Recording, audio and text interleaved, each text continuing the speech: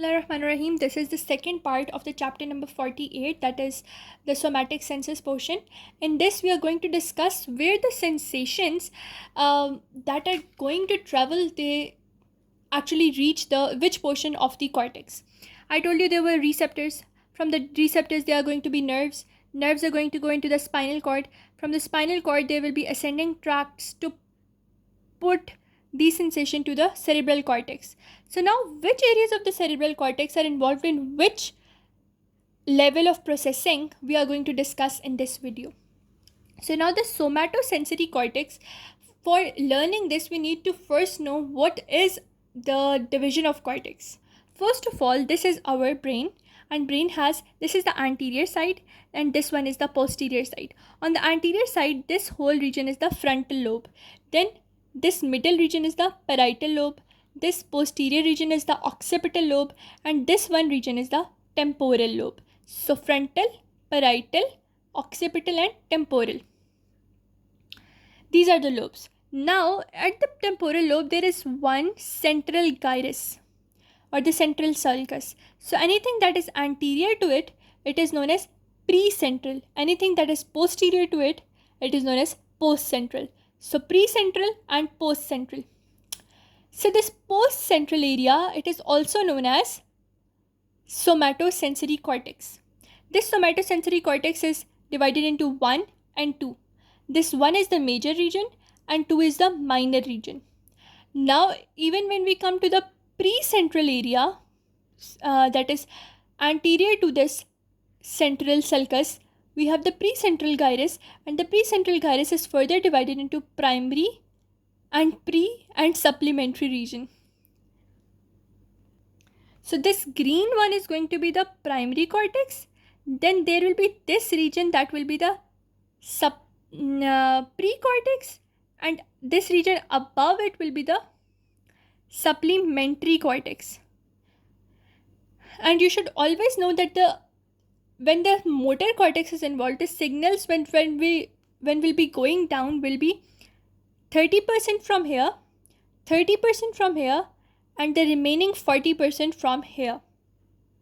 So again, a little bit revision. The central sulcus, anything anterior to it is precentral, anything posterior to it is postcentral. Postcentral is divided into somatosensory area 1 and 2. 1 is major, 2 is minor.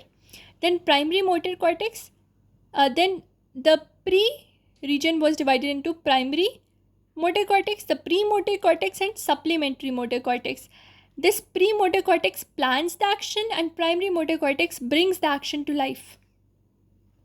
Now this region is the region that scientists have identified, and you can see the central fissure over here, and anything that is anterior to the central fissure is going to be precentral, posterior to it is going to be postcentral. Now what you need to know in this is that the whole cerebral cortex is divided into 50 regions, and these 50 regions are known as the Brodmann regions. You can see over here the Brodmann's regions. Now there are certain regions which we can easily recall.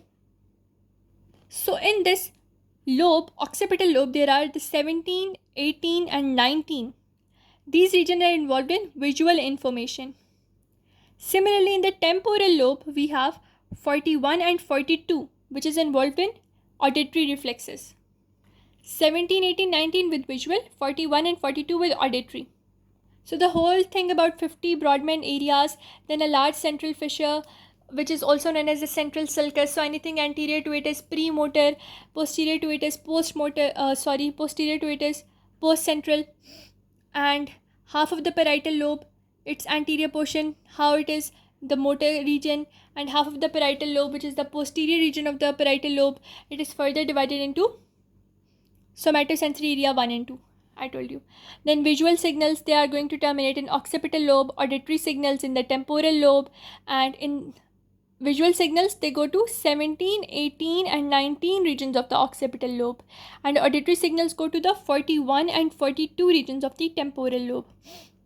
Now we are going to discuss about somatosensory area number 1 and 2. I told you that the somatosensory area number 1 is more prominent and it involves it coordinates more important regions, whereas the somatosensory cortex number 2, this one region is less important, and if there are some lesions to this region, we can still survive.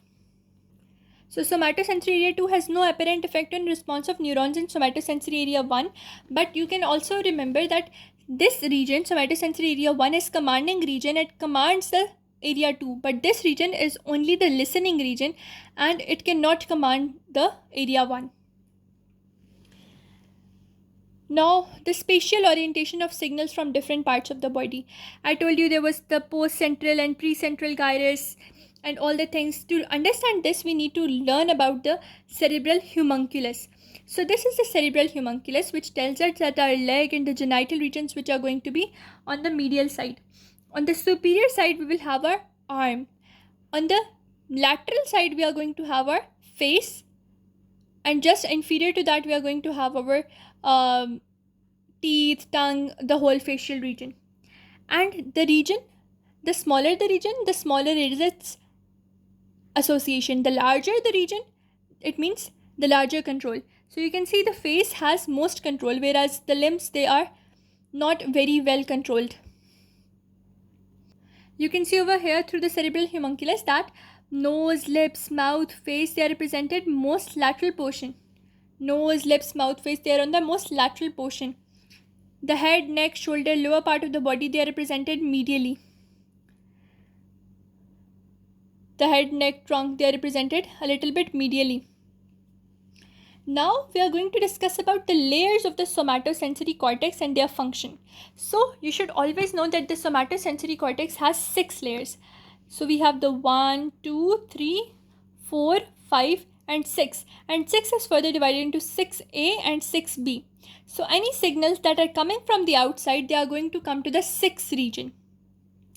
From the 6th region, they are going to go into the diffuse signals, they are going to go into 1 and 2 region. And the signals which are to be relayed to other parts of the body, they are going to 2 and 3. So what I mean by that is, we are going to have a lot of regions, 1, 2, 3, 4, 5, 6. And 6 is further divided into 6A and 6B. So sensations are going to come on the 6th region. From the 6th, they are going to travel, the diffuse sensations are going to travel in the 1 and 2 regions. And the 3 and 4 regions, they are involved in transmitting the signals to other portions of the cerebral hemisphere through the corpus callosum. And from 5 and 6A, the sensations are going to the deeper parts of the brain. Also, the 5 is involved in sending motor sensations. So signals are going to come to 6th region first. The diffuse will go to 1 and 2. From 2 and 3 layer, they are going to be transmitted to corpus callosum. 5 and 6 layers are going to send the signals to deeper parts of the nervous system. And 5, the neurons of the 5 region are larger and project to more distant areas such as basal ganglia. So mainly 5 region is going to control the motor functions. And from layer number 6, large number of axons, they extend to thalamus and provide signals from cerebral cortex to interact and help control excitatory levels. So from 6th region, certain fibers are going to go to thalamus to control the excitatory functions. So other thing that we study about them, that this region 1 to 2, the distance between them is 0.2 to 0.5 millimeters, and they have 10,000 axons. So when we come to the somatosensory cortex and its organization, we can see 0.3 to 0.5 millimeters and have 10,000 neuronal cell bodies, and they are involved in various sensations. Like the layer number 6, the input sensory sensations are going to come, from where they are going to be relayed to either 2 and 3, 1 and 2, or either they are going to be sent to the deeper part by the 5 layer. So they are saying that the sensations which reach the 6th layer, if they are going to travel to the anterior portion of the brain, they are going to be associated with motor functions. But if they are going to go to posterior region of the brain or posterior region of the parietal lobe, they are going to be concerned with sensory functions. because the posterior region has somatosensory area number 1 and 2. And sensory sensation with the somatosensory area 1, they are slowly adapting cutaneous receptor sensations. And in the most posterior portion of somatosensory area, about 6% of the vertical columns respond when the stimulus moves across the scene in a particular direction. For example, you have the somatosensory area number 1. On its most posterior side, this region is only going to respond when there will be anything or a stimulus which moves across the skin in a particular direction. Also, we know that when the signals are going to go even to the deeper posterior portions of the parietal lobe, we are going to have an area which is known as the somatosensory association area. Here, the signals or the sensations, they are going to be even more difficult, even more complex. So, I told you that if the sensations are going to spread from the sixth layer to anterior portion of the parietal lobe, the sensations will be motor. If they're going to spread to the posterior region, they're going to be sensory, they are going to be slow. And if they spread to the most posterior portion of the parietal lobe, which is the somatosensory association area, complex sensation would be produced. Now the somatosensory area number 1, which is actually the major region, it is involved in localization, in judging of the texture, the shape, the weight and the pressure. So whenever there will be an injury to the somatosensory area 1, you cannot localize any region. You cannot judge pressure. You cannot judge the weight. You cannot judge the shape, that is asterogenesis. Judging the shape is known as sterogenesis. And if you cannot judge them due to any lesions, you will have the disease known as asterogenesis, and you cannot distinguish the texture. So somatosensory area 1 it is concerned with localization, shape recognition or stereogenesis, texture recognition, weight and pressure recognition. But they write that the pain and temperature sensations, they are not going to go to the somatosensory area number 1. So if you have any sort of injury to the somatosensory area 1, the pain and temperature sensations cannot be localized, but you can feel them still. This is because our brain does not need to lose the sensation. If we are going to lose the pain and temperature sensations, we will not be able to protect our body from the impending dangers. Somatosensory association area. Now I told you that the posterior most region of our parietal lobe has the somatosensory association area, or if we go to more specifically, the Brodmann area number 5 and 7, they are somatosensory association area. So this Brodmann number area 5 and 7, both of them are somatosensory association areas. You can all write on your books, association areas. So major function of somatosensory association area is to combine the information arriving from multiple points to decipher its meaning. So I told you that it is going to perform complex function. For example, there are different regions of the somatosensory area 1. From all the regions, different sensations of the different body parts are coming. But how can the human brain interpret these sensations, and how can it perform a simple function like moving of the hand? But it is receiving a lot of stimulus. So this integration and processing, it is done by somatosensory association area. Now you can also see that the anatomical arrangement of the somatosensory area is in such a way that it receives the sensation from somatosensory area number 1, as I told you, then the ventrobasal nucleus of the thalamus, then other areas of the thalamus, then the visual cortex, then the auditory cortex. So this 5 and 7 regions of the 5 and 7 Brodmann regions, they are receiving from the, you can say, somatosensory area 1, which is a little bit anterior to it, then the visual cortex, the 17, 18, 19.